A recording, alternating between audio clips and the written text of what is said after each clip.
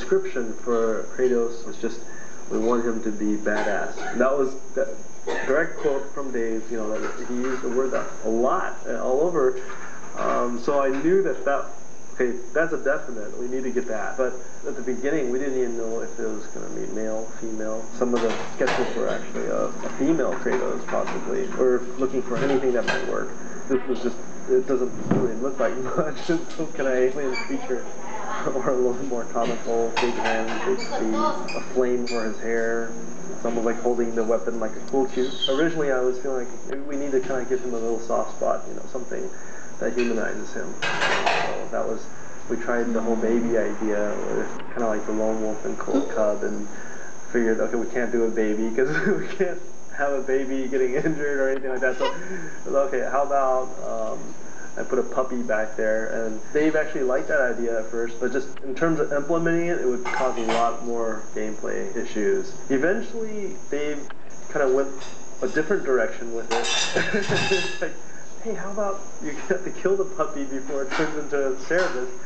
I was like, oh, okay. The second stage, they went through a lot of different types of characters. Dave saw this one, he was like, oh yeah, it's capturing the feeling of what he wanted. The next big challenge was, what is he going to be using? Because, I mean, this is a game, and one of the big things that we need to really push is, how does he fight? At some point, Dave responded to some chains that I put on him, and then at some point, I gave him 2 blades. But those 2 elements were never really put together. They're like, we need to hurry up and come up with something.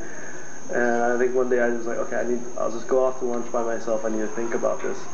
And went to Carl's Jr. I think I still have that sketch somewhere, and it was like a little napkin sketch. That was the first sketch that we started to go towards. Kratos with the double blades, big thick blades, swinging them around with his chains.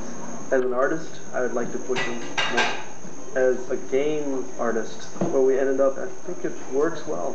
When I first started here, Kratos had a chain blade. The main thing, like the theory behind all of it, was to maintain the fluidity of the chain and the fact that there was weight at the end of them, but not cripple the player because of it. Not like you'd have to sit there and wind up and go all over the place. It was actually just like a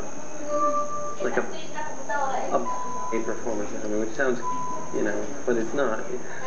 The biggest challenge, I guess, would be animating his blades. In the beginning, the rig didn't really support that kind of weapon, so there was an evolution in the way we handle all that. Now the animators are a lot happier.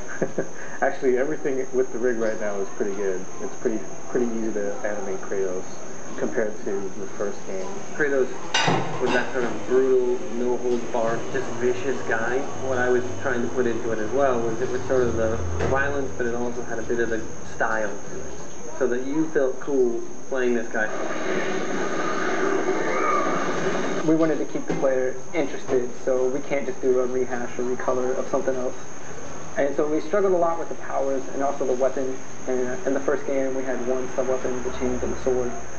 And so we knew that we needed to expand upon that. I really wanted to experience that being cut down to size, that fall from grace, and have the player experience that during play, like actually have to deal with all that, and then take a little bit of their own emotions of losing their powers, their frustration, and then it kind of focuses towards the antagonist of like, fuck that guy, he took my stuff.